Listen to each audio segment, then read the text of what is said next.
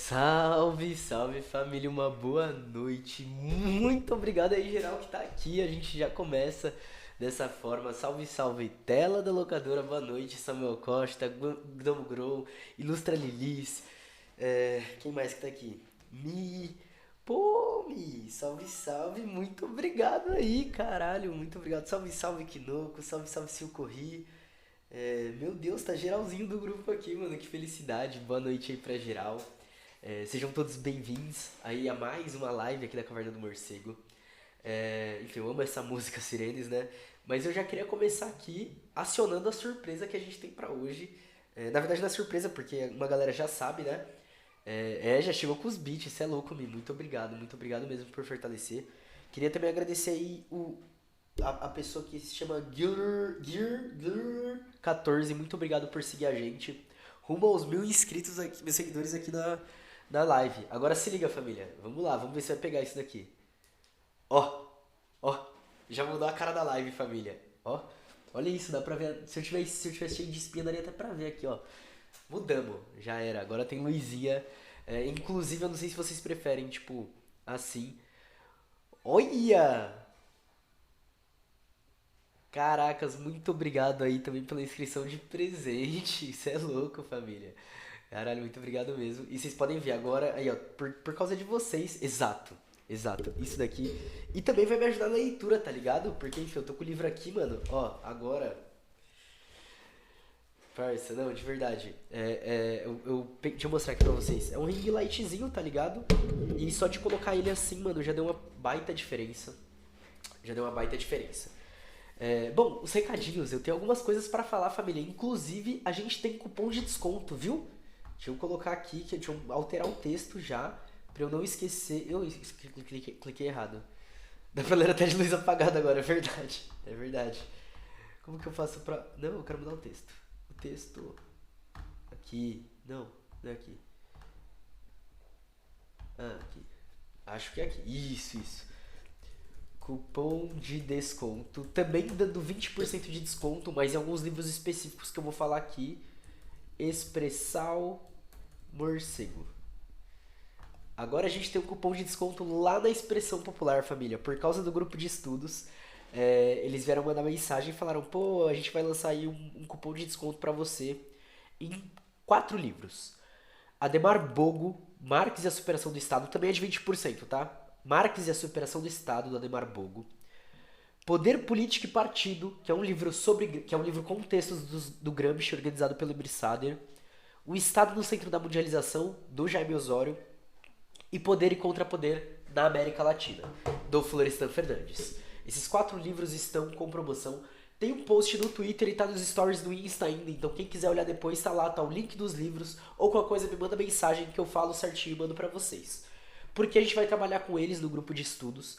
Quem quiser, lá no Drive, tem o roteiro, já tem os textos em PDF pra quem preferir, mas eu recomendo que comprem, já são baratos os livros, com 20% então fica nada, tá ligado?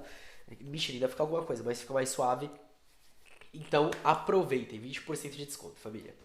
Além disso, ontem a gente gravou um episódio com o pessoal. A gente gravou, não, a gente fez live com o pessoal do Bem Viver, do Movimento Bem Viver, trocando uma ideia sobre essa questão dos mandatos coletivos e da proposta deles lá pro DF, né, pra essa pré-candidatura.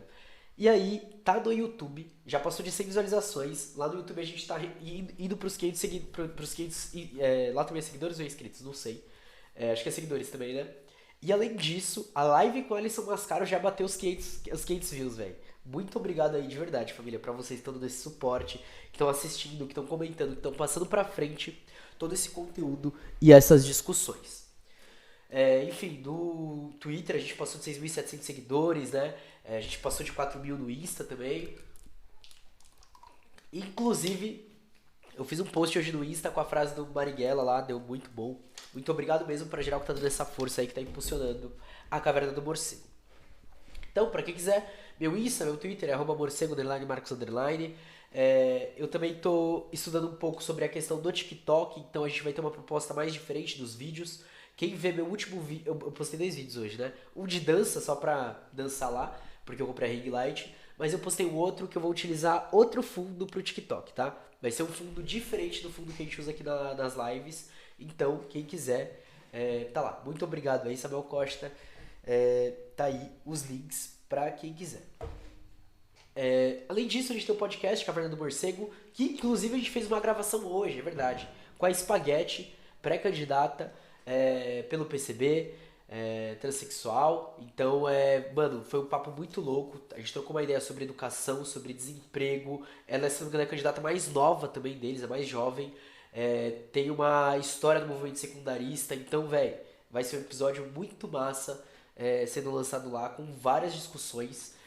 E o episódio, assim, são poucos episódios que acontecem isso, né? Assim como ontem, com o pessoal do Bem Viver, é um episódio onde quem tá convidado fala, fala, fala, fala e vai desenvolvendo as próprias ideias. E eu gosto desse modelo, além de ser mais fácil pra mim, porque geralmente eu tento encaixar essas gravações no meio do dia, de outras correrias, né? É, eu fico muito mais nessa questão de estar divulgando e só mediando mesmo do que de alguém que tá ali, tipo, deixa a pessoa discutir mesmo o bagulho, expor as ideias, dar todo o cenário do que ela tá querendo expor. E ficou um episódio. A live de ontem e o episódio de hoje estão fantásticos, estão fantásticos. De verdade. Que mais que eu tenho de novidade? Arrumei um cabo pra câmera.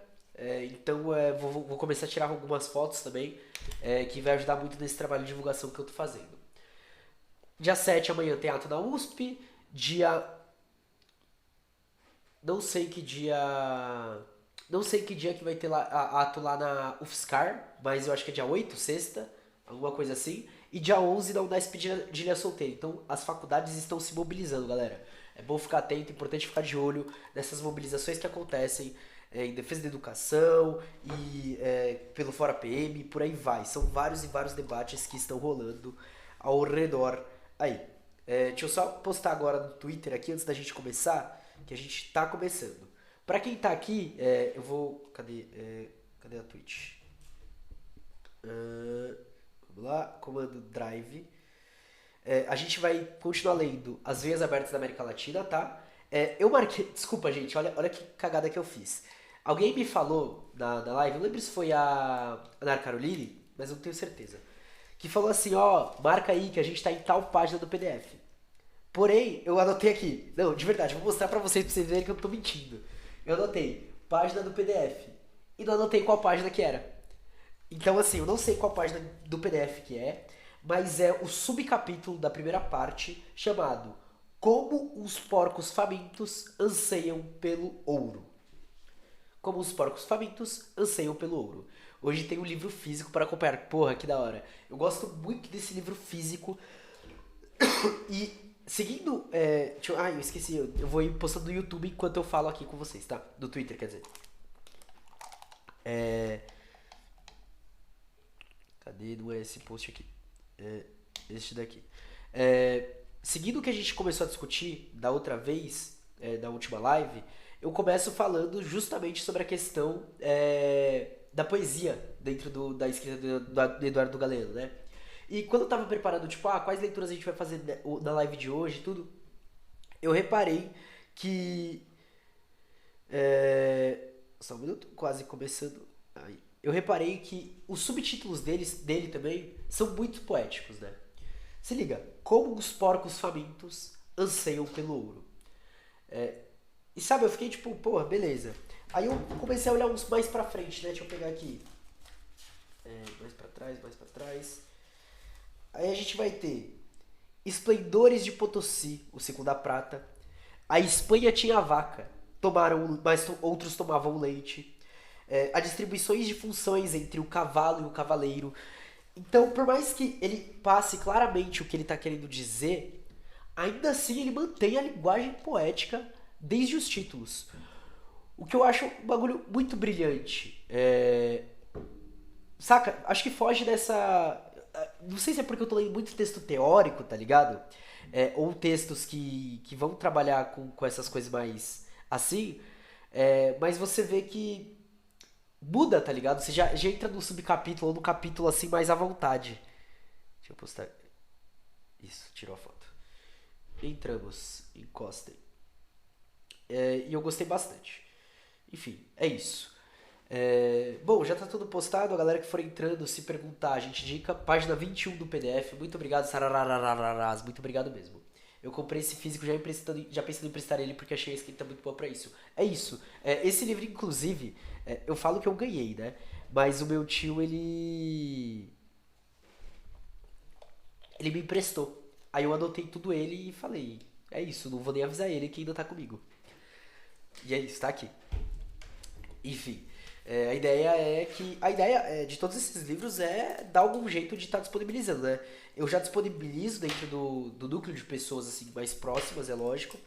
Mas enfim, alguns projetos para a Caverna do Morcego para que os livros deixem de ficar sempre na estante. Quem sabe um dia. Como eu utilizo para pesquisa e tal, eu acabo sempre tendo que voltar e tal, mas assim, às vezes trocar livro, emprestar e tal, já dá uma mexida no bagulho. Não tá aparecendo. Eu acho que eu tenho que mudar o link do navegador 2. Salve, salve, Michel ou Miquel Barbosa. Seja bem-vindo, camarada.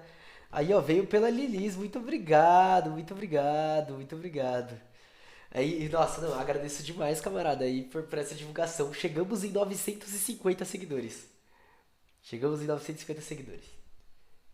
Vocês é mal demais. Vocês é mal demais.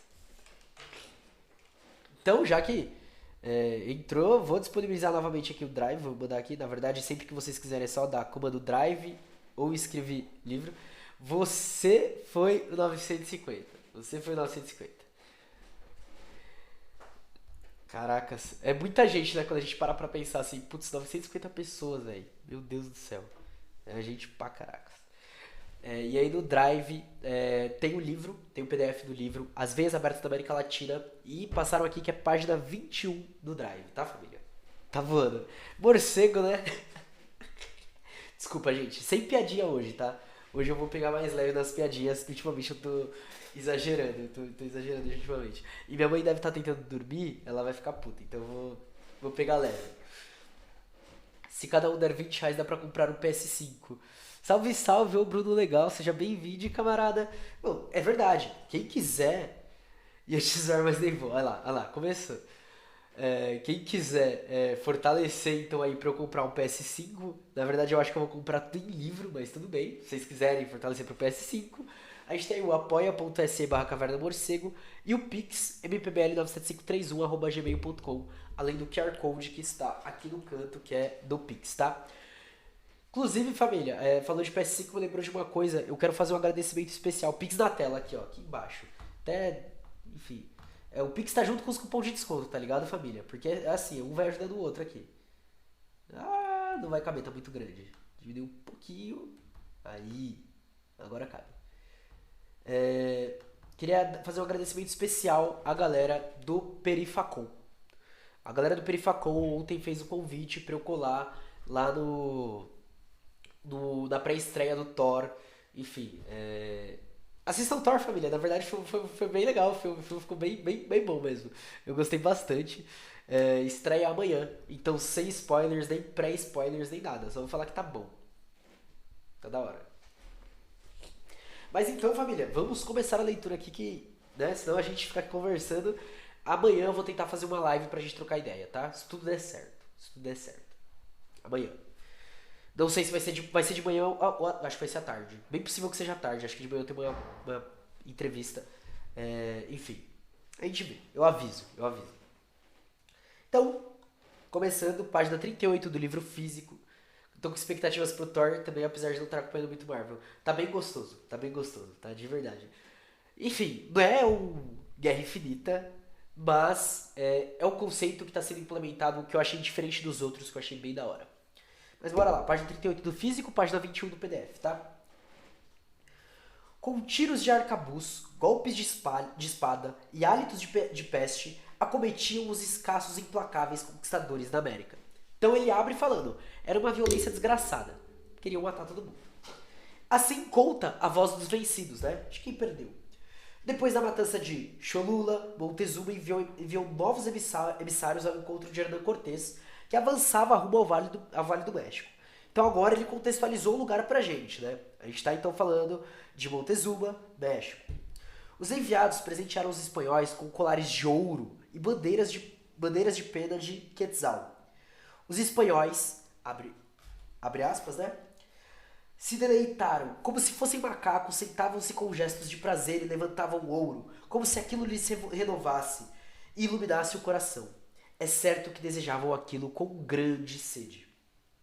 Os corpos deles se incham de uma fome furiosa por aquilo. Reparem na colocação em relação ao ouro que é feita, né? Como os porcos famintos anseiam pelo ouro. Diz o texto da Huat, não sei, deve ser uma língua, né?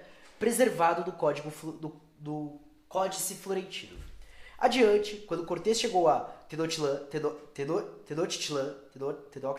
não sei como se pronuncia também. Enfim, todo mundo sabe que pronúncia não é comigo, né? É isso. Se não sabiam, agora vocês sabem, pronúncia não é comigo. Adiante, quando Cortés chegou a cidade, a esplêndida capital asteca, os espanhóis encontraram na Casa do Tesouro e logo entraram na Casa do Tesouro e logo fizeram uma grande bola de ouro e puseram fogo, incendiando tudo o que restava, por valioso que pudesse ser, e então tudo ardeu. Quanto ao ouro, os espanhóis o reduziram em as barras. O nome da cidade é um trava-língua danado mesmo. Muito obrigado, ilustra Elis. Então, a gente já tem aqui exposto que o foco era o ouro. Ponto. Todo o resto, não importa o quão valioso fosse, e não necessariamente para os espanhóis que estavam ali, mas inclusive para os povos da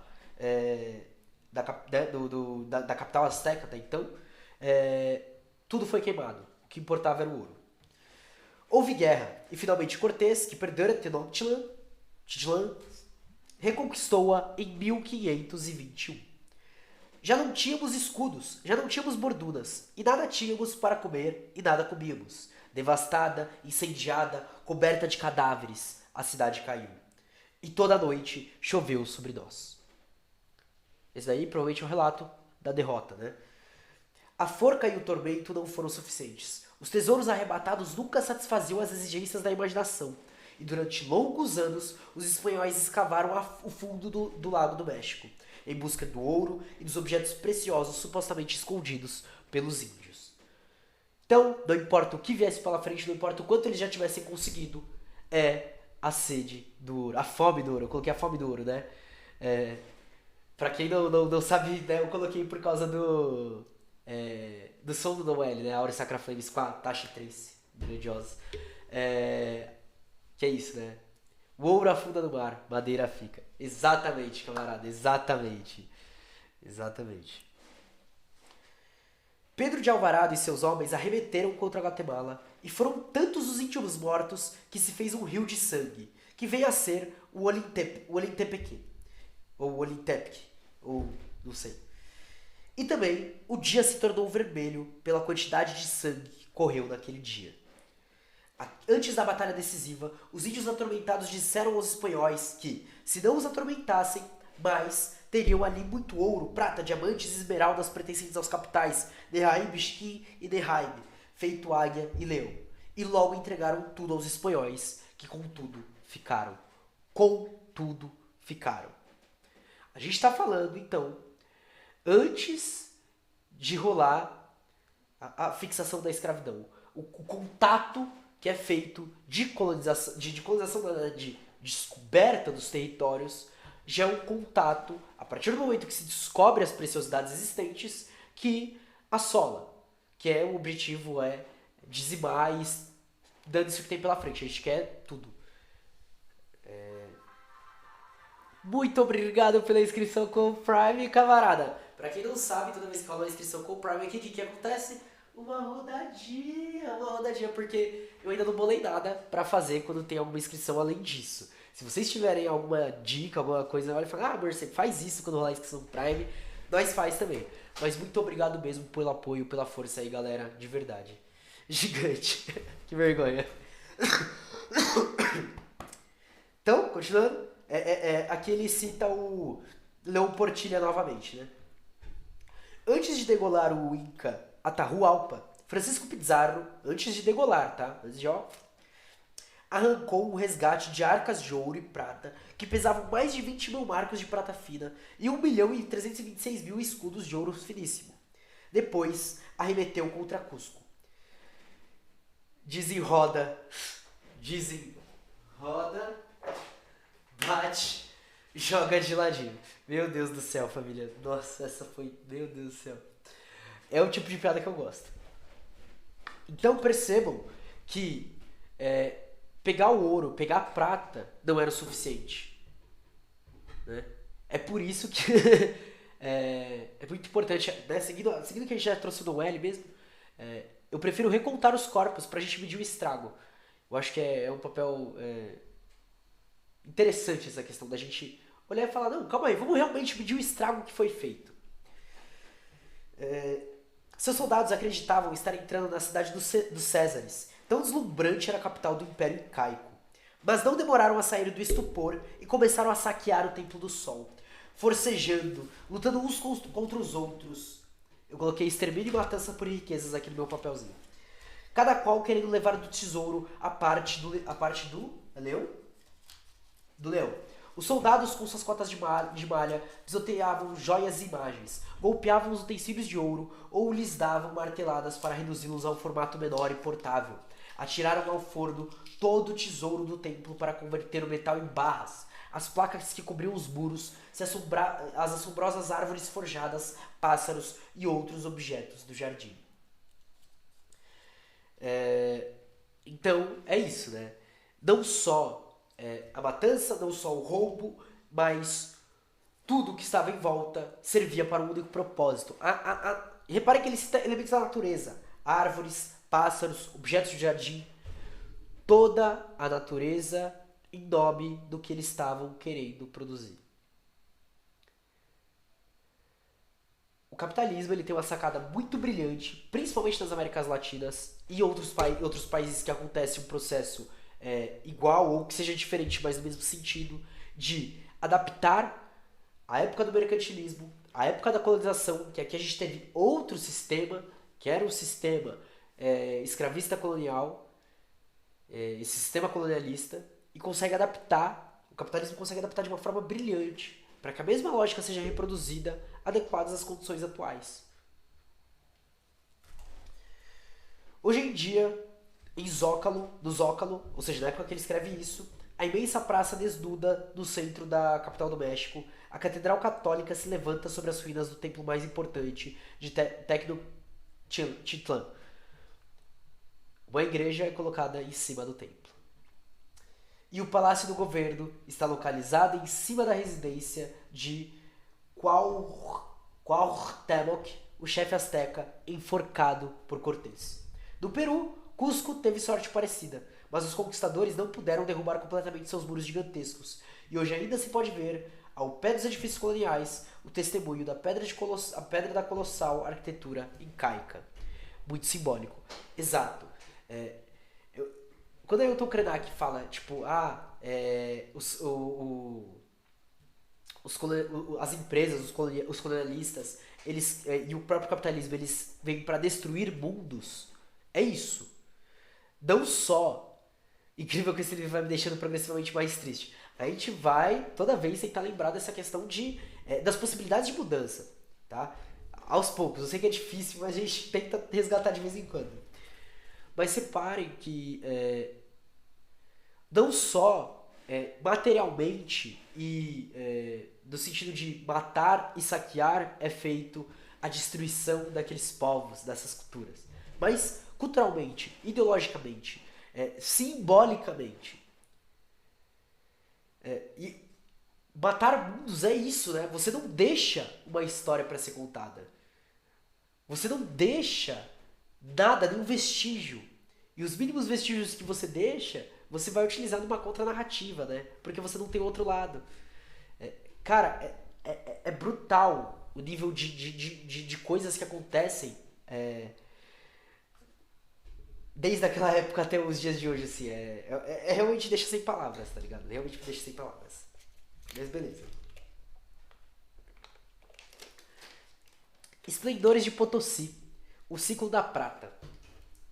Essa parte é pesada.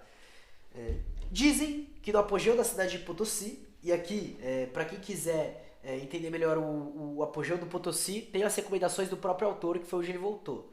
É, Cadete Domingues, né, Pedro Vicente Cadete Domingues, Potosí, Potosí colonial, bula histórica, geográfica, política civil e legal del gobierno en tendencia de la provincia de Potosí. Luis Capote, de Relación General de la Vida Imperial de Potosí. Nicolas de Martínez Arzãs e Vela, em História da Vida Imperial de Potosí. E Vicente G. Quesada, Crônicas Potosinas. E Jaime Molins, La Ciudad Única. Ok? Espanhol, já não tinha de nada, a gente tenta desenrolar às vezes dá, às vezes não, que é isso. Dizem que no apogeu dessa cidade, até as ferraduras dos cavalos eram de prata. De prata eram os altares das igrejas e as asas dos querubins das procissões. Em 1658, a gente está falando já época colonial, tá? 1158, para a celebração de Corpus Christi, as ruas da cidade foram desempedradas, da matriz à igreja de Recoletos, e totalmente cobertas de barras de prata. Em Potosí, a prata ergueu templos, palácios, mosteiros, cassinos, deu motivo a tragédias e festas, derramou sangue e vinho, incendiou a cobiça e desencadeou o esbanjamento e a aventura. A espada e a cruz marchavam juntas na conquista. E do butim colonial, para arrebatar a prata da América, marcaram o encontro em Potosí os capitães e os astecas, os tesoureiros e os apóstolos, os soldados e os frades. Convertidas em pias e lingotes, as vísceras da rica montanha alimentaram substancialmente o desenvolvimento da Europa. Vale um Peru era o maior elogio que se podia fazer às pessoas ou às coisas depois que Pizarro se tornou dono de Cusco. E aí, família, vocês estão valendo um Peru hoje em dia? Ficar quieto. Mas a partir do descobrimento da montanha, Dom Quixote de la Mancha adverte Sancho com outras palavras. Vale um Potosí. Veio a jugular do vice-reinado, manancial de prata na América, Potosí possuía 120 mil habitantes, segundo o censo de 1573. Valendo nem meio Peru. Mantenho maturidade pra isso. Que bom, família, que bom. Apenas 28 anos tinham transcorrido desde que a cidade brotara entre os páramos andinos e já contava, como por antes da magia, com a mesma população de Londres. E mais habitantes do que Sevilha, Madrid, Roma ou Paris. Por volta de 1650, em novo censo, adjudicava a Potosí 160 mil habitantes. Era uma das maiores e mais ricas cidades do mundo, 10 vezes mais populosas que Boston, num tempo em que Nova York nem sequer começara a ser chamada assim. Então reparem, é muito louco pensar nisso, porque até para termos do que viria a ser o capitalismo, a gente tinha naturalmente, na América Latina, muita riqueza. Só que agora a gente está vendo do que foi feito na época escravista colonial. Eu acho que ele vai trazer depois, não vai ser agora, o que acontece com o Potosí do capitalismo. Para quem já leu e já sabe essa relação, mas eu vou dar um mínimo spoiler. Mas tem a ver com mineração e trabalhadores precarizados. Então, assim, é muito louco que a dominação, embora ela assuma outros termos, ela só é adaptada. O capitalismo foi a ferramenta certeira para trabalhar com o que foi a era colonial aqui da América Latina. A história de Potosí não nascera com os espanhóis.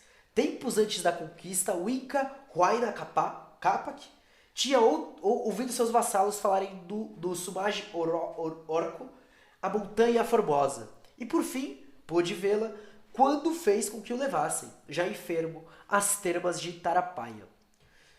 Das choças de palha do povoado de Cantumarca, os olhos do Inca completaram pela primeira vez aquele cone perfeito que se alçava, orgulhoso, entre os altos cumes de cordilheira. Ficou estupefato A era colonial caminhou para que o capitalismo pudesse correr. Exato. Ficou estupefato. As infinitas tonalidades avermelhadas, a forma esbelta e as gigantescas dimensões da montanha continuaram sendo motivo de admiração e assombro nos anos seguintes. Mas o Inca suspeitara que em suas entranhas ela devia abrigar pedras preciosas e ricos metais, e lhe ocorreu acrescentar novos adornos ao Templo do Sol, em Cusco. O ouro e a prata que os incas tiravam das minas de Colqueporco e Andacaba não saíam dos limites do reino. Era um ouro e uma prata que ficava ali, que era utilizado para coisas como, por exemplo, adornos do templo. Tá ligado? Não existia uma exploração em massa para conseguir isso, por exemplo.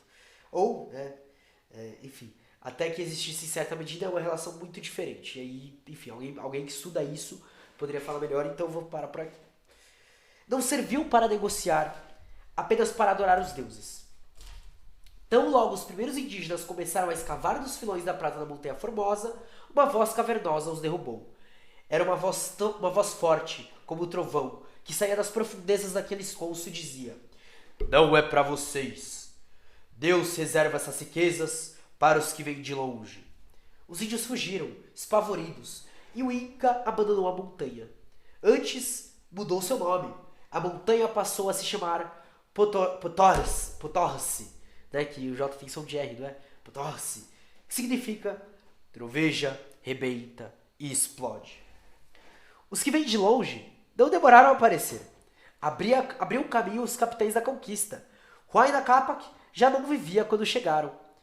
Em 1545, o índio Hualpa seguia as pegadas de uma lhama fugida e foi obrigado a passar a noite na montanha. Para não morrer de rio, fez fogo. A fogueira iluminou uma pedra branca e brilhante. Era prata pura. Precipitou-se a avalanche espanhola. Reparem, eu vou falar novamente da linguagem poética. Montanha, ok? Prata, que os espanhóis queriam. E ele relaciona com uma avalanche, né? Que a gente tem a questão geralmente vista em neve, né? Quando cai toda aquela neve e tal, e não sei o que. E agora a avalanche espanhola, quem vem destruir tudo, quem vem secando toda a montanha e quem vai destruindo tudo que está pela frente, sejam pessoas, sejam povos, seja a própria natureza, é essa avalanche espanhola. Nos detalhes ele dá uma satisfação ao ler esse livro. Fluiu a riqueza. O imperador Carlos V deu imediatos sinais de gratidão, outorgando a Potosí o título da Vila Imperial e um escudo de armas com esta inscrição: "Sou o rico Potosí, do mundo sou o tesouro, sou o rei das montanhas e a inveja dos seis." Apenas 11 anos depois do achado de Hualpa, já a recém-nascida Vila Imperial celebrava a coroação de Felipe II. 11 anos depois, então, era alguém espanhol. Com festas que duraram 24 dias e custaram 8 milhões de pesos fortes. Choviam os caçadores de tesouros na inóspita paisagem. A montanha, com quase 5.000 metros de altura, era o mais poderoso imã. Mas a seus pés a vida era dura, inclemente. Pagava-se o frio como se um imposto fosse. E no abrir e fechar de olhos uma sociedade rica e desordenada, brotou em Potosí junto com a prata. Auge e turbulência do metal, Potosí passou a ser o nervo central, o nervo principal do reino, na definição do vice-rei Furtado de Mendonça. No começo do século XVII, a cidade já contava com 36 igrejas, esplendidamente ornamentadas, outros tantos cassinos e 14 escolas de dança. Salões, teatros, tablados para festas exibiam riquíssimos tapetes, cortinados, brasões e obra de ourivesaria. Das sacadas e das casas prendiam damascos coloridos e panos entrelaçados de ouro e prata. As sedas e outros tecidos vinham de Granada, Flandres e Calábria, os chapéus de Paris e Londres, os diamantes do Ceilão, as pedras preciosas da Índia, as pérolas do Panamá, as meias de Nápoles, os cristais de Veneza, as alcatifas da Pérsia, os perfumes da Arábia e a porcelana da China. As damas brilhavam com suas pedrarias, diamantes, rubis, pérolas, e os cavaleiros ostentavam tecidos bordados da Holanda. As touradas seguiam-se os jogos de adivinhação, e nunca faltavam duelos de estilo medieval, disputas de amor e orgulho, os elmos de ferro incrustados de esmeraldas e vistosas plumas, selas e estribos com filigramas de ouro, espadas de Toledo e potros chilenos luxuosamente ajaizados. Reparem que ele está falando que Potosí não só era um centro, um rei, essa, como é que fala? Nervo principal do reino, mas tudo vai para Potosí. De todo o mundo. Tudo vai para Potosí. Isso é muito importante de ser pontuado. Já no começo sempre tinha uma igreja e um cassino. Não à toa que hoje em dia toda esquina tem uma igreja e um jogo do bicho. Uma igreja e um bar. É isso. É uma das lógicas de dominação.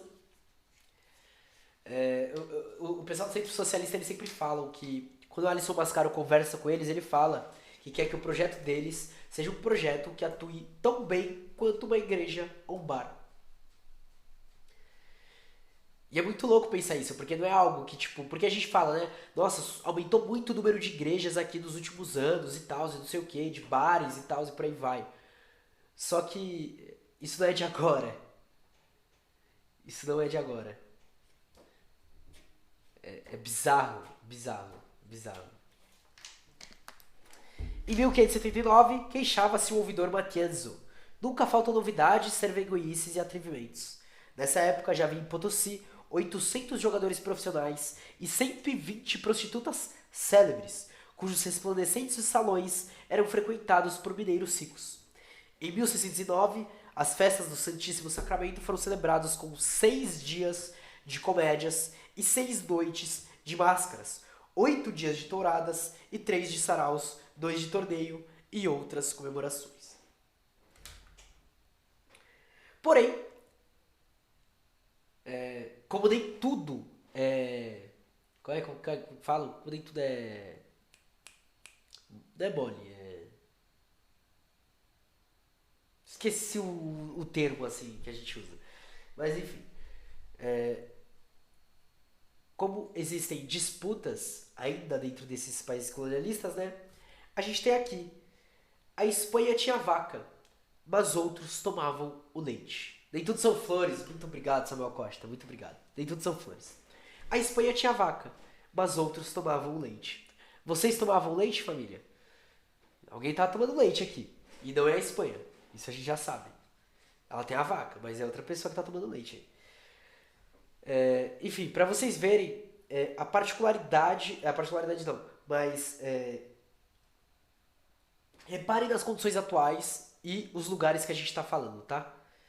Entre 1545 e 1558, então em 13 anos, descobriram-se as férteis minas. Hoje em dia tá caro o leite, Não dá nem pra tomar o leite mais, né? Tá caro, é foda. Descobriram-se as férteis minas de Potosí, na atual Bolívia. E as de Zacatecas e Guanajuato, no México. O processo de amálgama com mercúrio, que tornou possível a exploração da prata de menor pureza, começou a ser aplicado no mesmo período. O rush da prata eclipsou rapidamente a mineração do ouro. Em meados do século XVII, a prata alcançava mais de 99% das exportações minerais da América Hispânica. Até o ouro é deixado de lado por causa da prata. A América era então uma vasta boca de mina centralizada, sobretudo em Potosí. Era uma boca abertaça de minas. Alguns escritores bolivianos, inflamados de excessivo entusiasmo, afirmam que, em 3 séculos, a Espanha recebeu metal suficiente como para estender uma ponte de prata desde a garimpa da montanha à porta do Palácio Real do outro lado do oceano. Claro que a gente não tem as medidas exatas, mas alguns escritores relatavam isso. A imagem, por certo, é obra de fantasia, mas sempre alude a uma realidade que, de fato, parece inventada. O fluxo da prata alcançou gigantescas proporções. A farta exportação clandestina da prata americana, que de contrabando seguia para as Filipinas, para a China e para a própria Espanha, não figura nos cálculos de Earl J. Hamilton, que é o cara que ele está citando. Que, no entanto, oferece a partir de dados obtidos da casa obtidos da casa de construção, oferecem sua conhecida obra sobre o tema Cifras Assombrosas. Entre 1503 a 1660, então a gente está falando aí de mais de 100 anos, mas lembremos da época que nós estamos falando, tá? Lembremos da época, 1500 a 1600, quanto tempo levava para um barco atravessar, tá ligado? Desembarcaram no porto de Servilha 185 mil quilos de ouro e 16 milhões de quilos de prata, tá? Isso só o que foi para Sevilha. Só. A prata levada para a Espanha, em pouco mais de um século e meio, excedia 3 vezes o total das reservas europeias. E essas cifras não incluem o contrabando. Os meios arrebatados aos novos domínios coloniais estimularam o desenvolvimento europeu e até se pode dizer que o tornaram possível. Então, só foi possível o desenvolvimento dos países que hoje, né, a gente chama de são os países desenvolvidos, etc e tal, se deu porque rolou isso. 16 milhões de quilos, é absurdo, é difícil de imaginar hoje. É difícil de imaginar hoje. Imagina pra época, velho. Assim, 100 anos, mas quanto tempo levava um barco pra atravessar? 2 meses? Tá ligado? Não é, sabe, para as qualidades, para o número de pessoas que poderiam trabalhar naquela época e por aí vai. É absurdíssimo, absurdíssimo. Nem sequer os efeitos da conquista de tesouros persas que Alexandre Magno derramou sobre o mundo helênico poderiam ser comparados com a magnitude dessa formidável contribuição da América para o progresso alheio. Mas não para o progresso da Espanha, ainda que lhe pertencessem as fontes da prata americana. Como se dizia no século XVII, a Espanha é como a boca que recebe os alimentos, mastiga-o e os tritura, para logo enviá-los aos demais órgãos, e deles não retém senão um gosto frutivo ou as partículas que casualmente aderem aos seus dentes. Citação de um deck que fala é Otero e está no livro do Gustavo Adolfo. Os espanhóis tinham a vaca, mas quem bebia o leite eram os outros. Viu, galera? Nada de beber leite de espanhol, viu? Nada de beber leite de espanhol. Os credores do reino, estrangeiros em sua maioria, sistematicamente esvaziavam as arcas da casa de contratação de Sevilha, encarregada de guardar sob 3 chaves, em 3 diferentes mãos, os tesouros da América. A coroa estava hipotecada. Quase todos os carregamentos de prata eram antecipadamente cedidos a banqueiros alemães, genoveses, flamengos e espanhóis. Também, grande parte dos impostos tinha a mesma sorte. Em 1543, 65% do total de rendas reais se destinava ao pagamento das anuidades dos títulos da dívida. Então, só em mínima proporção, a prata americana era aplicada na economia espanhola. Embora fosse formalmente registrada em Sevilha, ia parar nas mãos dos Fugger, poderosos banqueiros que tinham adiantado para o Papa os fundos necessários para a conclusão da Catedral de São Pedro, e de outros grandes prestamistas da época, no estilo dos Welser, dos Chetz ou dos Girmaldi. A prata também se destinava ao pagamento das exportações de mercadorias não espanholas para o Novo Mundo. Então, a Espanha tinha a vaca e não bebia o leite, né? A prata não ficava com elas. Nem o dinheiro, nem nada. Aquele império rico tinha uma metrópole pobre, ainda que nela a ilusão de prosperidade levantasse bolhas cada vez mais inchadas. A coroa abria frentes de guerra por todos os lados, enquanto a aristocracia se dedicava ao esbanjamento e se multiplicavam em solo espanhol padres e guerreiros, nobres e os mendigos. Ao mesmo e frenético tempo em que aumentavam os preços e as taxas de juros do dinheiro. A indústria morria ao nascer daquele reino de vastos latifúndios estéreis. A enferma economia espanhola não podia resistir ao brusco impacto da alta demanda de alimentos e mercadorias e a inevitável consequência da expansão colonial. Ela não se preparou para o próximo passo.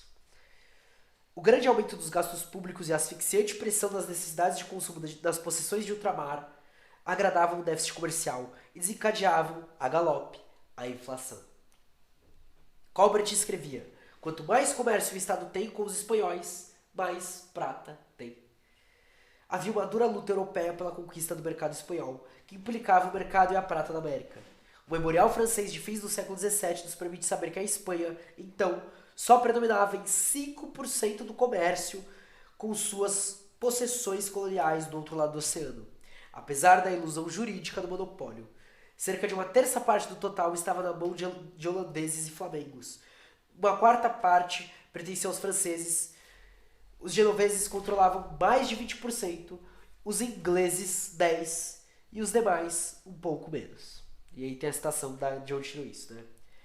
A América... Nossa, marca essa frase aí, família. A América era um negócio europeu. A América era não um território apenas, um negócio europeu.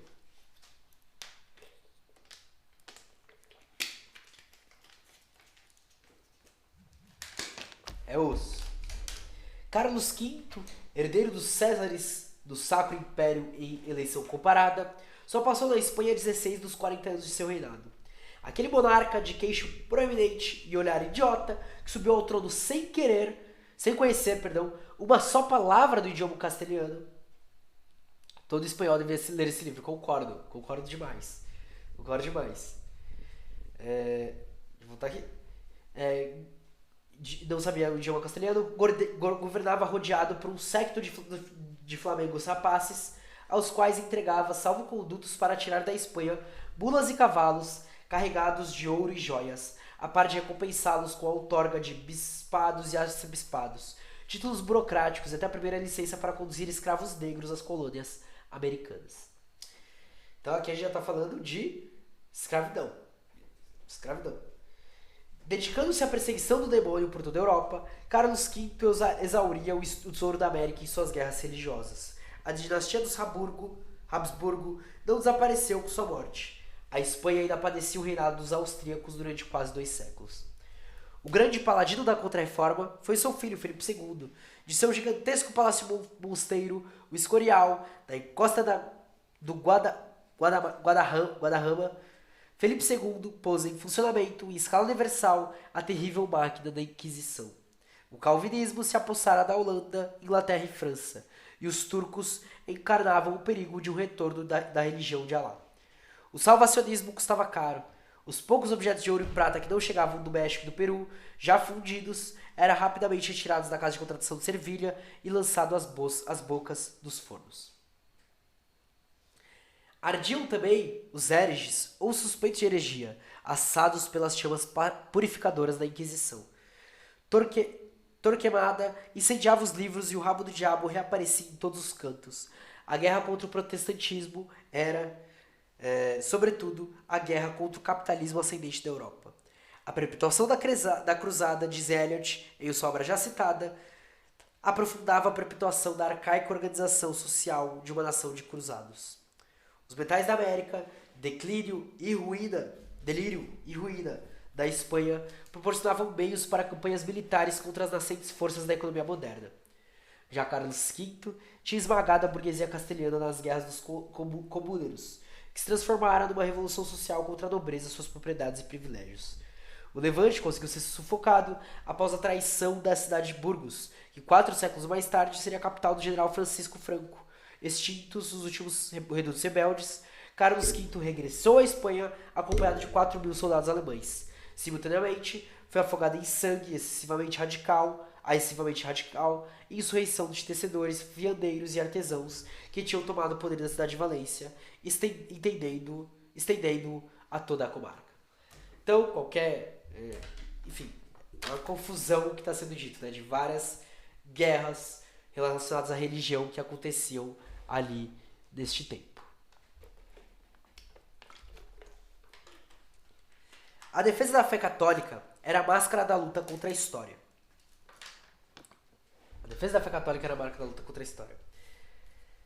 A expulsão dos judeus espanhóis de origem judia ao tempo dos reis católicos privara a Espanha de muitos artesãos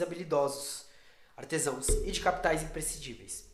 Não se considera de igual importância a expulsão dos árabes, na verdade espanhóis de religião muçulmana, Embora em 1609, nada menos do que 275 mil tenham sido empurrados fronteira fora com desastrosos efeitos na economia valenciana e dos férteis campos do sul de Ebro em Aragão que ficaram arruinados. Para quem pergunta, onde fica Aragão, lá do Hobbit, né, do Senhor dos Anéis? Está aqui. Está aqui. A reforma protestante parece uma adaptação da dominação da igreja ao capitalismo. É isso. E a contra-reforma, ela visava, enquanto você avança para uma, né, eles não diziam que é capitalismo, mas enquanto você consegue esse avanço, você conserva os costumes. E é isso. As duas são uma porcaria. Os capitalistas espanhóis... Aragão, né? Para em Aragão, do Senhor dos Anéis. Anteriormente, Felipe II, por motivos religiosos, havia expulsado milhares de artesãos flamengos convictos ou suspeitos de protestantismo. A Inglaterra os acolheu e ali deram um importante impulso às manufaturas britânicas. Como se vê, as enormes distâncias e as difíceis comunicações não eram os principais obstáculos que se opunham ao progresso industrial da Espanha. Os capitalistas espanhóis se transformaram em financistas, através da compra de títulos de vida da coroa, e não investiam seus capitais no desenvolvimento industrial. O excedente econômico vertia para os canais improdutivos. Os velhos ricos, senhores da faca e do queijo, donos das terras e de títulos de nobreza, levantavam palácios, acumulavam joias. Os novos ricos, especuladores e mercadores, compravam terras e títulos da nobreza. Tanto estes quanto aqueles praticamente não pagavam impostos e não podiam ser presos por dívidas. Quem se dedicasse a uma atividade industrial perdia automaticamente sua carta de fidalguia. Então, historicamente, o burguês, o latifundiário, ele deve ser ocioso. Ele deve ser ocioso. É isso.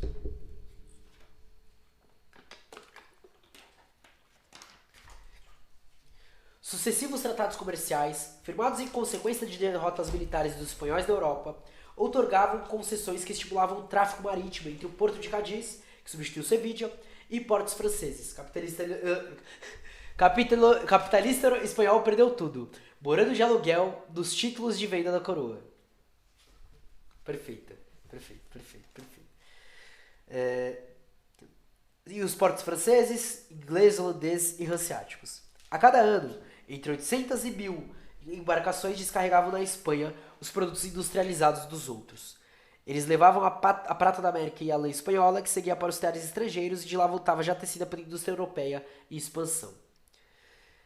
Os monopolistas de Cádiz se limitavam a remarcar os produtos industriais estrangeiros expandidos para o Novo Mundo. Se as manufaturas espanholas não podiam sequer atender o mercado interno, como haveriam de satisfazer as necessidades das colônias? As sendas de Lille e Arras, os tecidos holandeses, os tapetes de Bruxelas, as armas de Milão e os vinhos e panos da França inundavam o mercado espanhol às expensas da produção local, para satisfazer os anseios de ostentação e as exigências de consumo dos ricos parasitas, cada vez mais numerosos e poderosos num país cada vez mais pobre. A indústria morria no ovo, e o Habsburgo fizeram todo o possível para acelerar a sua extinção. Em meados do século XVI, chegou ao absurdo de autorizar a importação de tecidos estrangeiros ao mesmo tempo que se proibia a exportação de tecidos castelhanos, a não ser que fossem para a América. Então, da própria Espanha, nem a Espanha conseguia fazer nada. Eram bem diferentes, como observou Ramos, as orientações de Jorge Abelardo Ramos, tá? As orientações de Henrique VIII e Elizabeth I da Inglaterra proibiam nessa identificação a saída do ouro e prata, monopolizavam as letras de câmbio, impediam a extração de lã e expulsaram dos portos britânicos os mercadores da Liga Hanseática do Mar do Norte. Entre mentes, as repúblicas italianas protegiam seu comércio exterior e sua indústria através de taxas, privilégios e proibições rigorosas. Os artífices, sob a pena de morte, não podiam deixar o país. Como eu posso falar? Para manter o desenvolvimento,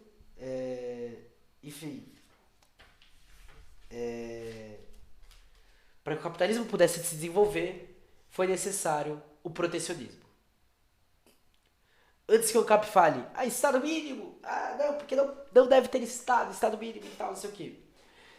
O Estado não só vai existir, como ele é fundamental para o capital. Até rimou. A ruína se apossava de tudo. Dos 16 mil teares de Sevilla em 1558, por ocasião da morte de Carlos V, restavam 40 quando morreu Filipe II, 40 anos depois. 400, perdão. O rebanho ovino andaluz, antes com 7 milhões de cabeças, reduzira-se para 2 milhões. Cervantes retratou em Don Quixote de la Mancha, romance de grande circulação na América, a sociedade de sua época. Um decreto de meados do século XVII tornava impossível a importação dos livros tornava impossível a importação de livros estrangeiros e impediu os estudantes de estudar fora do país. Os estudantes de Salamanca, em poucas décadas, reduziram-se à metade. Havia 9 mil conventos e o clero se multiplicava quase tão intensamente quanto a nobreza de capa e espada. 160 mil estrangeiros monopolizavam o comércio exterior e o esbanjamento da aristocracia condenava a Espanha à impotência econômica. Por volta de 1630, pouco mais de 150 de duques, marqueses, condes e viscondes recolhia 5 milhões de ducados de renda anual, que alimentavam copiosamente o brilho de seus títulos retumbantes. O duque de Medinaceli tinha 700 criados, e eram 300 os servidores do grão-duque de Osuna, que os vestia com sobretudos de pele para zombar do czar da Rússia. O século XVII, então, foi a época da patifaria, da fome e das epidemias. Era infinita a quantidade de mendigos espanhóis, mas isso não impedia que também os mendigos estrangeiros afluíssem em todos os cantos da Europa. Por volta de 1700, a Espanha contava já com 652 mil fidalgos, senhores da guerra, embora o país se esvaziasse. Sua população se reduzira a metade em pouco mais de 2 séculos e era equivalente à da Inglaterra, que no mesmo período havia duplicado. O ano de 1700 marca o fim do regime de Habsburgo. A bancarrota era total. Desemprego crônico, grandes latifúndios inúteis, moeda caótica, indústria arruinada, guerras perdidas e tesouros vazios. Parece o dia de hoje, né? Parece o Brasil de hoje. Muita semelhança. A autoridade central desconhecida nas províncias, a Espanha com que se defrontou Felipe V, estava pouco menos defunta do que seu amo morto. Os Bourbon deram à nação uma aparência mais moderna. Mas, em fins do século XVIII, o clero espanhol tinha nada menos que 200 mil membros, e o resto da população improdutiva não estancava seu esmagador desenvolvimento, à custa do subdesenvolvimento do país. Na época, havia ainda na Espanha mais de 10 mil cidades e povoados sujeitos à jurisdição senhorial de nobreza, e, portanto, fora do controle direto do rei. Os latifúndios e a instituição de primogenitura continuavam intactos. Também continuavam de pé o obscurantismo e o fatalismo. Ainda não fora superada a época de Felipe IV. Em seu tempo, uma junta de teólogos se reuniu para examinar o projeto de construção de um canal entre o Manzanares e o Terro, e acabou concluindo que, se Deus quisesse que os rios fossem navegáveis, ele mesmo os teria criado assim. Bom, pausa, família, antes da gente... Acho que já é a última parte agora que a gente entra. Pausa para perguntas, comentários, opiniões. Agora é com vocês. Vocês estão muito quietos. Não gosto disso. Aproveitar para dar... Essa parte realmente é uma parte mais puxada, né?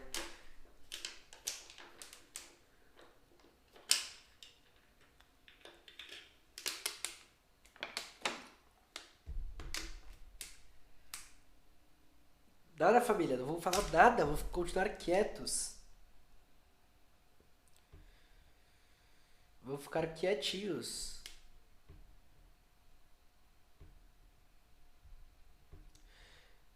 Resumindo meu comentário, puta que pariu, em Espanha. É foda, família, é foda. É foda.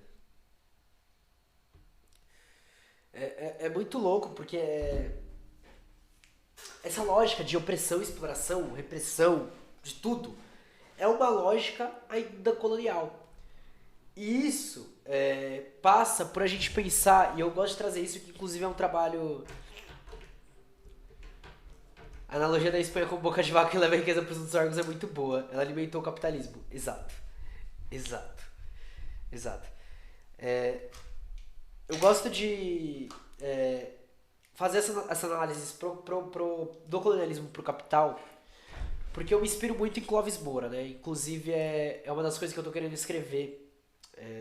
Eu não sei se eu vou ter tempo, mas eu queria muito que saísse esse artigo. Porque se liga, família, olha que fita. A gente, então, tem essa questão colonial.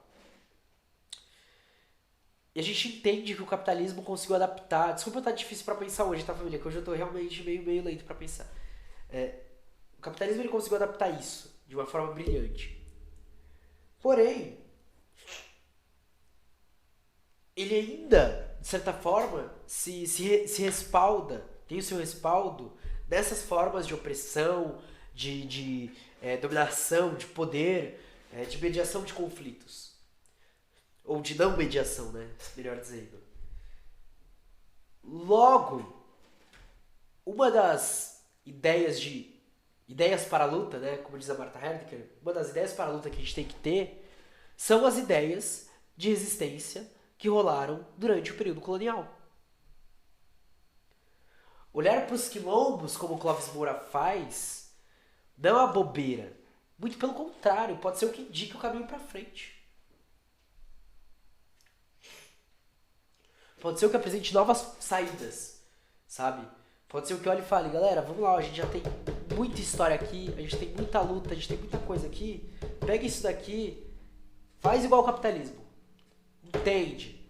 Olha para as condições concretas atuais, vê o que pode ser feito com base nisso e atua.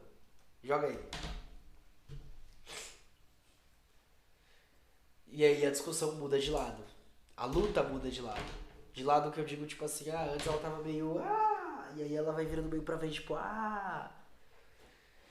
Mas tem um sentido, sabe?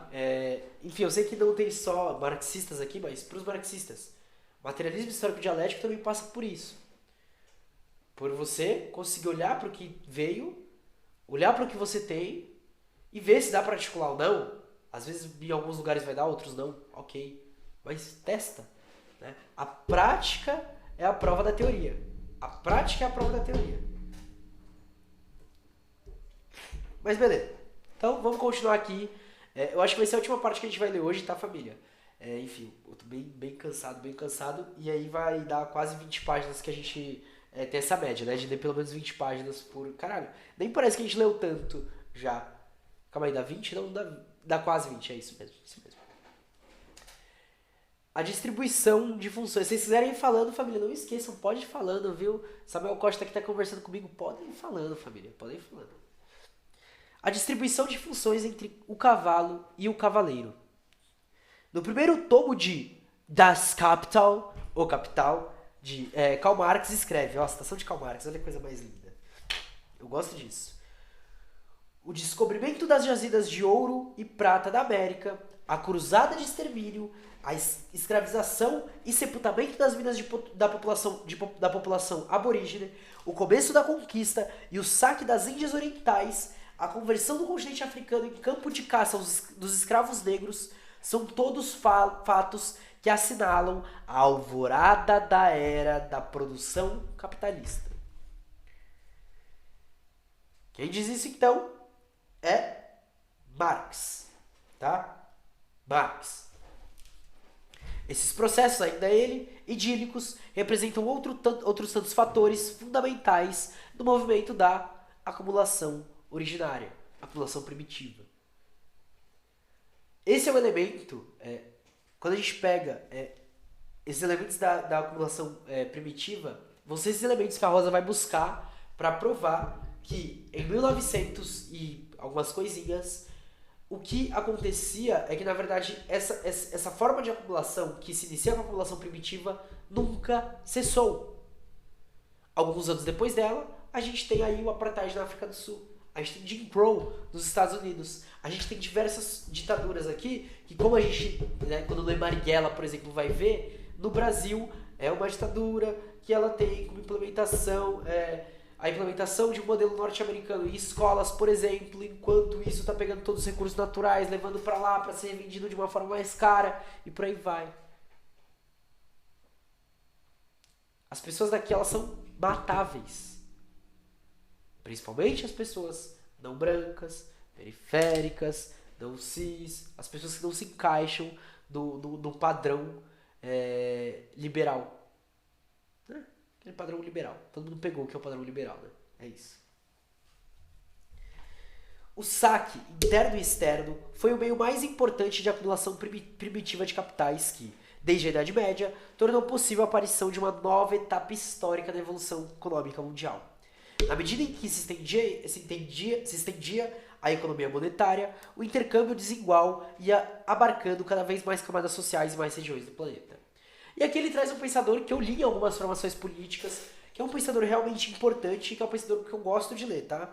Então, quem quiser ler, Ernest Mandel fez a soma do valor do ouro e da prata arrebatados na América até 1660, do butim arrecadado na Indonésia pela Companhia Holandesa das Índias Orientais de 1650 a 1780, dos lucros do capital francês no tráfico de escravos durante o século XVIII, dos rendimentos obtidos com o trabalho escravo nas Antilhas Britânicas e do saque inglês na Índia durante o meio século. O resultado supera o valor de todo o capital investido em todas as indústrias europeias por volta de 1800. Mandel observava que esta gigantesca massa de capitais criou um ambiente favorável aos investimentos na Europa, estimulou o espírito empresarial e financiou diretamente o estabelecimento de manufaturas que deram um grande impulso à Revolução Industrial. Ao mesmo tempo, contudo, a formidável concentração internacional de riqueza beneficiando a Europa impediu, nas regiões saqueadas, o salto para a acumulação de capital industrial. Ou seja, para que um beba o leite, alguém tem que estar alimentando a vaca. E eles não são a mesma pessoa. Não são. A dupla tragédia dos países em desenvolvimento consiste que não só foram vítimas desse processo de concentração internacional, como também foram posteriormente obrigados a compensar seu grande atraso industrial. Isto é, realizar a acumulação originária de capital industrial no mundo inundado de artigos manufaturados por uma indústria já madura ocidental. Não só isso, né? Como surgem as dívidas externas. Vocês estão devendo dinheiro pra gente. Galera, eles que vieram aqui tomaram tudo. A única coisa que a gente deve pra eles é um chute na cara de cada um. Pra não dizer coisa mais pesada, né? Só. As colônias americanas tinham sido descobertas, conquistadas e colonizadas dentro do processo de expansão do capital comercial. A Europa estendia seus braços para alcançar o mundo inteiro. Nem Espanha nem Portugal receberam os benefícios do avassalador avanço do mercantilismo capitalista, embora fossem suas colônias, que em grande parte os caras te arrastaram tudo e tu ainda fica devendo. É isso. Nem Espanha nem Portugal receberam os benefícios do avassalador avanço do mercantilismo capitalista, embora fossem suas colônias que, em grande parte, proporcionassem o ouro e a prata para nutrir essa expansão. Como vimos, embora os metais preciosos da América iluminassem a ilusória fortuna de uma nobreza que vivia tardiamente a Idade Média, e na contramão da história, simultaneamente selaram a ruína da Espanha nos séculos seguintes. Foram outras as comarcas da Europa que puderam incubar o capitalismo moderno, valendo-se sobretudo da expropriação dos povos primitivos da América. A rapinagem dos tesouros acumulados seguiu-se a exploração sistemática dos socavões e jazidas, do trabalho forçado dos indígenas e dos escravos negros arrancados da África pelos traficantes. Então é isso, né? Para acumulação, alguém tem que estar tomando muito do cu. Indígenas e negros escravizados. A Europa precisava de ouro e prata. Os meios de pagamento em circulação se multiplicavam sem cessar, e era necessário alimentar os movimentos do capitalismo na hora do parto. Lógico, o capitalismo pede, a gente entrega. Os burgueses se apoderaram das cidades, fundavam bancos, produziam e intercambiavam mercadorias, conquistando mercados novos. Ouro, prata, açúcar, a economia colonial, mais abastecedora do que consumidora, estruturou-se em função das necessidades do mercado europeu. e a seu serviço. O valor das exportações latino-americanas dos metais preciosos durante longos períodos do século XVI foi 4 vezes maior do que o valor das importações compostas, estas sobretudo de escravos. Sal, vinho, azeite, armas, tecidos e artigos de luxo. Os recursos fluíam para que fossem acumulados pelas nações europeias emergentes. Essa era a missão fundamental que traziam os pioneiros, ainda que também aplicassem o evangelho dos índios agonizantes quase tão frequentemente quanto o chicote. A estrutura econômica das colônias ibéricas nasceu subordinada ao mercado externo e, em consequência, centralizada no setor exportador, que concentrava a renda do poder. Ao longo do processo, da etapa dos metais ao posterior fornecimento de alimentos, cada região se identificou com o que produziu. E o que produziu foi aquilo que dela se esperava da Europa. Cada produto carregado no porão dos galeões que sucavam o oceano converteu-se numa vocação e no destino. A divisão internacional do trabalho, olha a ligação que ele faz, tal como foi surgindo junto com o capitalismo, parecia-se mais com a distribuição de funções entre o cavaleiro e o cavalo, como observou Paul Baran, aí o livro do Paul Baran citado. Os mercados do mundo colonial cresceram como meros apêndices do mercado interno do capitalismo que rompia. Celso Furtado, sim, o nosso Celso Furtado, importantíssimo para a economia, enfim, críticas à parte, é uma leitura fantástica que o Celso Furtado sempre se propõe a entregar, tá ligado? Leiam o Celso Furtado, fica a recomendação de verdade. Ele adverte que os senhores feudais europeus obtinham um excedente econômico da população por eles dominada e utilizavam de uma forma ou de outra em suas próprias regiões, enquanto o principal objetivo dos espanhóis, que na América receberam minas, terras indígenas do rei, consistia em subtrair um excedente para transferi-lo à Europa. Esta observação contribuiu para esclarecer o fim último que teve, desde sua implementação, a economia colonial americana. Ainda que formalmente mostrasse alguns traços feudais, atuava a serviço do capitalismo nascente em outras comarcas. Afinal, tampouco em nosso tempo, a existência de centros ricos do capitalismo pode ser explicada sem a existência das periferias pobres e submetidas. Uns e outros integram o mesmo sistema. Eu vou repetir, família. Inclusive, se vocês quiserem fazer esses cortes aí, porque faz sempre não rola corte. Vamos lá. Afinal, tampouco em nosso tempo, a existência de centros ricos do capitalismo pode ser explicada sem a existência das periferias pobres e submetidas. Uns e outros integram o mesmo sistema. Para existir os centros do capital, aquela galera que lucra, precisa existir quem tá se fudendo. E quem vai estar se fudendo mais é a galera da base. É a gente aqui, ó, fudido, que tá aqui, ó. Tá se virando, tá ralando pra tá produzindo aqui um conteúdo, pra a galera ralando, tá fazendo outras coisas e tá aqui na live ao mesmo tempo. E todo mundo se fudendo. Enquanto isso, os centros do capital acumulam e acumulam. Porque a gente tá aqui.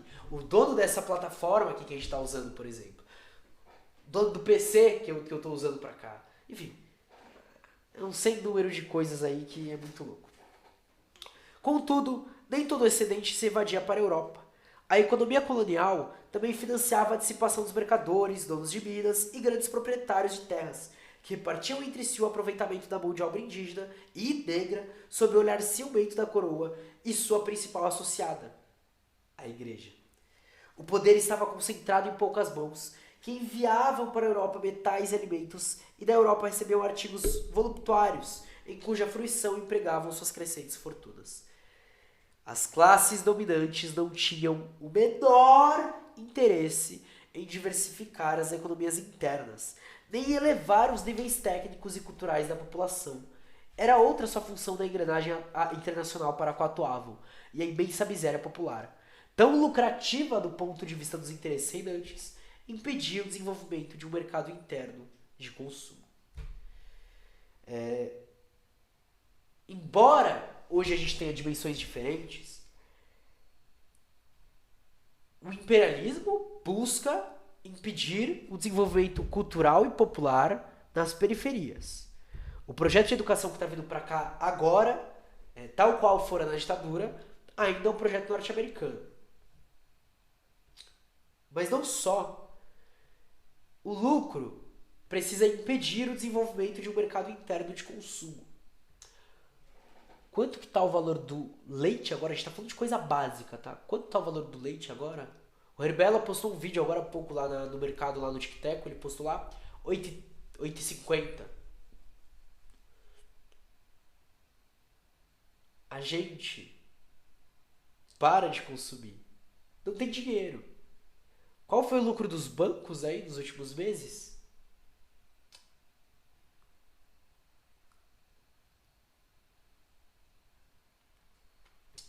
Uma economista francesa, e aqui ele traz J. Bilhu Garnier. Eu vou ler o nome do livro, porque vocês sabem que eu gosto de gastar meu francês, que eu não sei, eu nunca fiz francês, tá? L'économie de la mer latine. Deve ser algo assim, eu acho. Vamos lá, tô chutando. Sustenta que a pior herança colonial da América Latina, que explica seu considerável atraso atual, é a falta de capitais. No entanto, todas as informações históricas demonstram que a economia colonial do passado... Francês de guerrilha. É isso. O que eu sei de francês eu aprendi aí com a M. Césarée, Franz Fanon, só com essa galera aí. Voltando. Todas as informações históricas demonstram que a economia colonial do passado produziu enorme riqueza para as classes que, na região, eram associadas ao sistema colonialista de domínio. Então, durante a economia colonial, quem se dava bem era quem tinha a dominação associada a esse sistema. Abundante mão de obra disponível, gratuita ou quase gratuita, e a grande demanda europeia por produtos americanos tornaram possível, segundo Sérgio Bagu, em Economia de la Sociedade Colonial, Ensaio da História Comparada à América Latina, uma precoce e grandiosa acumulação de capitais nas colônias ibéricas. O núcleo de beneficiários, longe de se ampliar, foi se reduzindo proporcionalmente à massa da população, como se dependesse do fato cabal de que o número de europeus e nativos desocupados aumentasse sem cessar. O capital que restava na América, deduzida a parte do leão, que era voltada para o processo de acumulação primitiva do capitalismo europeu, não gerava aqui um processo análogo ao da Europa, que lançasse as bases do desenvolvimento industrial, mas era desviado para a construção de grandes palácios e templos faustosos, para a compra de joias, roupas e móveis suntuosos, para a manutenção da numerosa criadagem e o esbanjamento das festas. Esse excedente, em boa parte, imobilizava-se na compra de novas terras, ou seguia girando nas atividades especulativas e comerciais. Primeiro trimestre de 2022. Bancos privados lucram 18,2 bilhões de reais. Enquanto isso, o leite está mais de 8 reais. Enquanto isso, está vendendo outra coisa na mesma caixa, no mesmo lugar, que não é nem leite. Assim como acontece com leite condensado. Fonte, Poder 360. É bizarro.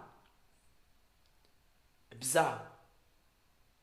Mas, reparem, o sistema capitalista ele se estrutura em cima disso, mesmo com o que a partir do que vinha antes dele.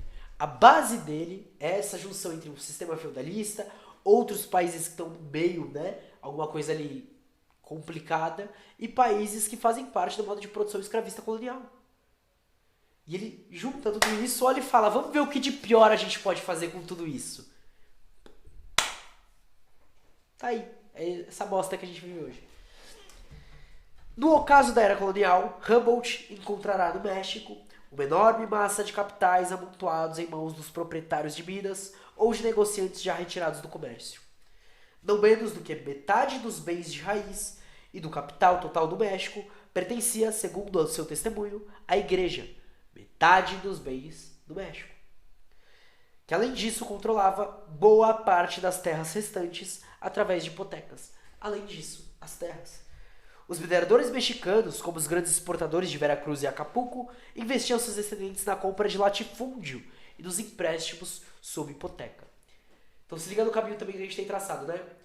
Você é alguém da era colonial. Você vai lá, tá ajudando a colonização. Você é uma das poucas pessoas que lucra com isso e seu dinheiro não vai para a Espanha, seu dinheiro fica com você. Você compra um latifúndio. Essa terra vai passando de família em família e pelas várias formas que vão acontecendo dentro do próprio modo de produção escravista colonial, né? Primeiro a questão indígena, depois os negros trazidos pra cá. Ah, cana-de-açúcar. Ah, agora é gado. Ah, não sei o quê. E vai passando de família em família. Sempre no sistema de dominação, exploração e opressão. Chega no capitalismo. Ah, a gente não pode mais ter escravo e tal, não sei o quê. Mas a gente pode ter trabalho precarizado. Ninguém vai vir aqui. A gente mora no meio do mato. A gente tem um latifúndio tremendo aqui. A gente pode deixar aquela terra improdutiva até o momento que ela valha mais e tal, e por aí vai. Se manteve na mesma família. Só que essa família, a origem da dominação dela, tá lá no período colonial. No começo do período colonial. Até os dias de hoje. E a gente tem, montando um registro histórico do Brasil, famílias assim. Que tá lá, ó, tal pessoa é filha de tal pessoa, que é filha de tal pessoa, que é filha de tal pessoa, que é filha de tal pessoa, que foi dono de escravos em tal, tal. Herança colonial. É isso. Pensa que o Ben 10 agora é do mal. Embora eu não goste de colocar bem e mal, tá? Mas o Ben 10 é um bichão do mal. E tal. E aí ele vai usando, até que ele consegue uma super forma. Que é sem querer, inclusive no desenho que ele consegue, que é aquele tudo os bichos misturados. O capitalismo faz isso. Só que ele pega, tipo, só, sei lá, vamos imaginar que na verdade o Ben 10 ainda é do bem, pra manter, tá ligado? Tem vários bichos lá. Só que aí vai lá na hora que forma isso, e a gente é o Ben 10, tá? E aí formou isso, formou esse bicho tudo estranho. Só que só pegou as partes ruins, tá ligado? Tipo, o Chamas ele solta fogo, tá ligado? Aí fica só a cabeça dele, que a cabeça dele não solta fogo, ele solta fogo pelas mãos e pelos pés. Fica só a cabeça, tipo, dane-se, ele só é quente. E aí, então a gente se fode, a gente toma no cu porque a gente é uma 10 e não consegue fazer nada. E é isso que o capitalismo faz. E aí o que precisa pra acabar com isso? Ele faz o reboot no celular, mano. Do celular não, do relógio. O que é o reboot? É destruir esse sistema, velho. Tá aí, mano, a analogia com o Ben 10. Ficou uma bosta, mas vocês entenderam, é isso que importa, eu espero pelo menos. Voltando. A hierarquia clerical estendia seus bens na mesa da direção. A gente é bem 10, essa frase me quebrou. A gente é bem 10, família. Bem 10, separado. As residências capazes de converter um plebeu em príncipe e os templos espalhafatosos nasciam como cogumelos depois da chuva. Isso daqui é analogia pra droga, tá? Não usem drogas. Não é só porque tá aqui, cogumelo dá depois da chuva que vocês vão caçar cogumelo, tá? E principalmente quem mora no meio da cidade, não. Enfim, não façam isso, crianças. No Peru, em meados do século XVII, grandes capitais provindos de encomendeiros, mineradores, inquisidores e funcionários da administração imperial, agnomo, eram empregados no comércio. As fortunas nascidas na Venezuela, do cultivo de cacau, iniciados no fim do século XVI, à custa de legiões de escravos disciplinados a chicote, eram investidas em novas plantações e outros cultivos comerciais, assim como em minas, bens de raiz urbanos, escravos e fazendas de gado. Aí, ó, ele termina uma com cogumelos depois da chuva e depois fazendas de gado, tá? Cocô de vaca, não pegue os azuis, não catem. Aí, ó, dicas. Mas é isso pra hoje, família. A gente para aqui, então, antes de entrar na ruína de Potosí, do ciclo da prata, eu acho que já vai ser na próxima, deixa eu ver. A gente parou na página 55, né? Deixa eu ver uma coisa aqui.